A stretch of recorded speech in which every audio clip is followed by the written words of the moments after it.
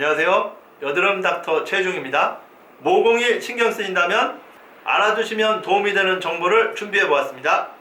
피부 치료 영역 중에서 치료가 잘 안되고 치료가 어려운 영역들이 있는데요. 피부의 표피층 문제에서 치료가 굉장히 어려운 분야가 기미 치료 영역이고요. 피부의 진피층 문제 중에서 치료가 굉장히 어려운 분야가 파인 여드름 흉터와 모공이 대표적입니다. 모공은 치료가 어려운 만큼 모공이 신경 쓰이기 시작했다면 더 늦기 전에 모공에 대한 정보를 알아두시는 것이 좋을 것 같아서 모공에 대한 정보를 준비했습니다. 이제 시작하겠습니다. 모공은 왜 넓어질까요? 모공은 지성피부, 건성피부, 피부 노화 이런 원인에 의해서 넓어지게 되는데요. 하나씩 살펴보겠습니다. 지성피부에서는 왜 모공이 넓어지게 될까요?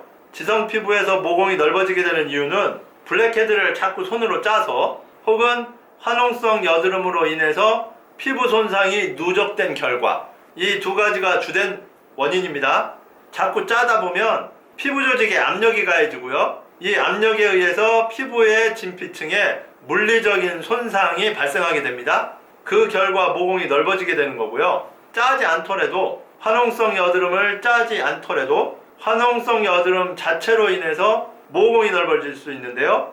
화농성 여드름이 발생하면 여드름 난 그 부위뿐만 아니라 그 주변의 정상 피부로도 일부의 염증이 퍼지게 됩니다. 그럼 정상 피부에도 손상이 발생하게 되거든요. 이게 여드름 한 번 난 걸로 정상 피부가 손상이 되면서 모공이 넓어지는 게 아니고요. 장기간에 걸쳐서 꾸준히 여드름이 나다 보니까 여드름 주변의 정상 피부에 꾸준하게 피부의 손상이 누적되게 됩니다. 이 누적된 손상이 결국에는 나중에 모공이 넓어지게 되는 거죠. 블랙헤드 같은 걸 짜서 모공이 넓어지든 화농성 여드름에 의해서 모공이 넓어지든 원인이 어찌 되었든 피부의 진피층 손상으로 모공이 넓어지게 되는 겁니다.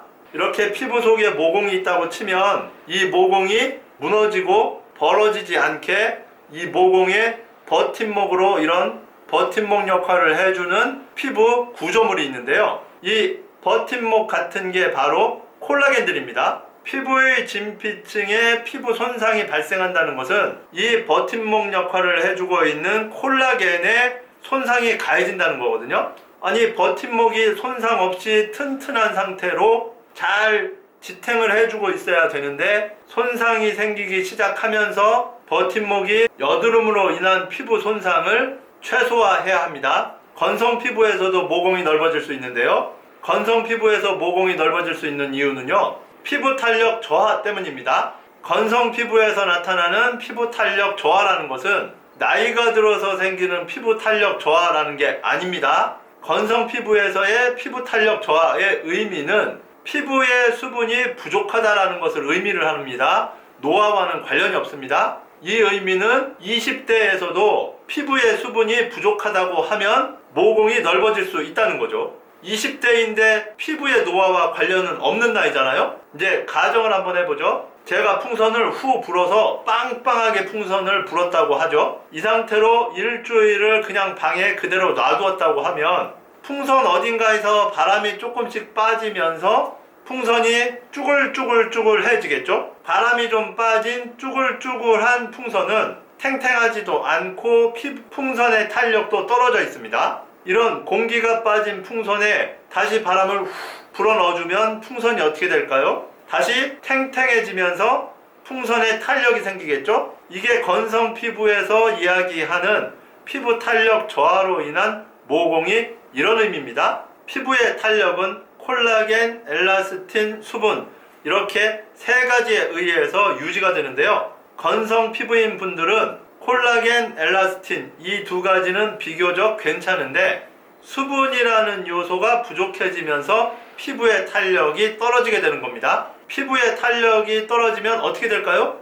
피부는 무게가 있기 때문에 중력에 의해서 피부가 아래로 잡아당겨지게 되는데요. 피부에 탄력이 있어야 이 잡아당기는 중력을 견뎌내고 피부가 처지지 않게 되는데요. 탄력이 처지니까 중력에 잡아당기는 힘을 이기지 못하고 피부도 아래로 처지게 됩니다. 피부가 처지게 되면 피부가 늘어나게 되겠죠. 피부가 늘어나면서 모공도 피부를 따라서 늘어지면서 넓어지게 되는 겁니다. 그럼 건성 피부인 경우에는 모공이 넓어지지 않도록 예방하려면 어떻게 해야 할까요?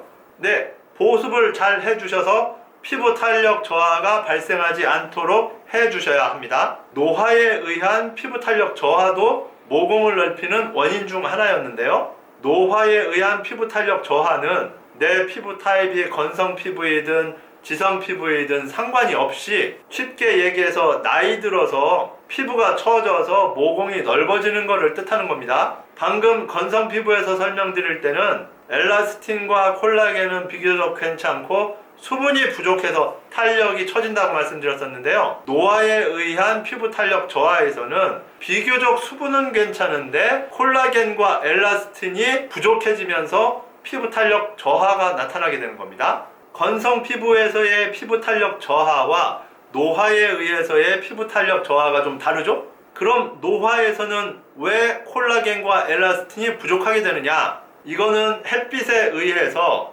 조금씩 장시간에 걸쳐서 콜라겐, 엘라스틴이 손상을 받았기 때문에 손상된 콜라겐, 엘라스틴이 사라지게 되면서 벌어지는 현상입니다. 근데 나이는 드니까 사라진 콜라겐, 엘라스틴을 다시 만들어내는 능력은 떨어지게 되거든요. 그래서 손상된 콜라겐과 엘라스틴이 보충이 잘 안 되는 겁니다. 따라서 노화에 의한 피부 탄력 저하로 모공이 넓어지는 것을 예방하려면 햇빛에 의한 피부 손상을 장기간 막아줘야 하니까요. 평소에 꾸준히 선크림을 잘 발라주시는 것이 중요하겠습니다. 모공은 왜 치료가 어려울까요? 모공은 깊이가 있습니다. 또한 사이즈도 있는데요. 모공이 좋아지려면 깊이도 차올라야 되고 사이즈도 줄어야 됩니다. 파인 여드름 흉터를 생각해보면 파인 여드름 흉터는 깊이만 차오르면 되잖아요. 제가 여드름 흉터 치료에 대해서 설명을 드릴 때 여드름 흉터는 치료가 쉽지 않다. 치료받는다고 다 좋아지는 게 아니다. 치료받아도 효과 없는 경우가 많다라고 설명을 드렸었죠. 차오르기만 하면 되는 파인 여드름 흉터도 치료가 어려운데 차오르면서 크기도 줄어야 하니까 모공은 치료가 더 어려운 겁니다. 그래서 한번 넓어진 모공은 치료가 잘 안 되기 때문에 모공이 넓어지기 전에 모공이 넓어지지 않도록 예방 관리를 해주시는 것이 아주 중요합니다. 여드름 흉터에도 종류가 있었는데요. 모공에도 종류가 있나요? 네, 모공에도 종류가 있습니다. 진행형 모공, 말기형 모공 이렇게 두 가지 종류가 있는데요. 먼저 말기형 모공에 대해서 말씀드리겠습니다. 말기형 모공이란 병으로 치자면 악화될 대로 악화돼서 더 이상 악화될 게 없는 상태가 바로 말기형 모공인데요. 그럼 말기형 모공을 치료하지 않고 놔두면 어떻게 되느냐? 말기형 모공은 시간이 흐르더라도 저절로 더 악화되지 않고 말기형 모공 그 상태 그대로 남아 있습니다. 왜냐하면 가장 악화될 대로 악화된 상태이니까요. 반면에 진행형 모공은 진행을 합니다. 그래서 진행형 모공을 치료하지 않고 놔두면 어떻게 되느냐? 시간이 흘렀을 때 모공이 저절로 더 악화되어 있습니다. 이게 바로 진행형 모공인데요. 진행형 모공이 저절로 악화될 때는 두 가지 패턴으로 악화가 됩니다. 첫 번째 패턴은 기존에 좀 넓었던 모공이 저절로 더 커지는 것.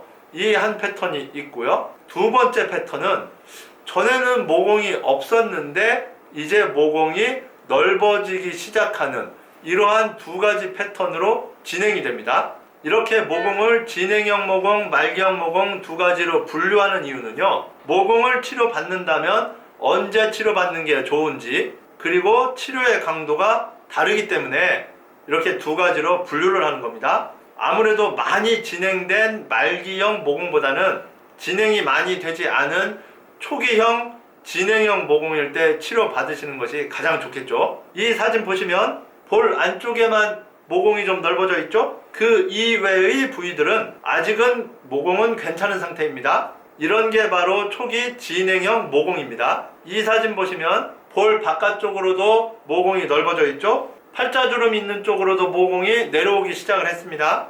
방금 전에 보셨던 사진과는 차이가 많이 있죠? 이런 게 바로 상당히 많이 진행된 말기형 모공이라고 할 수 있겠습니다. 모공에 대해서는 앞으로도 동영상을 계속 업로드할 예정입니다.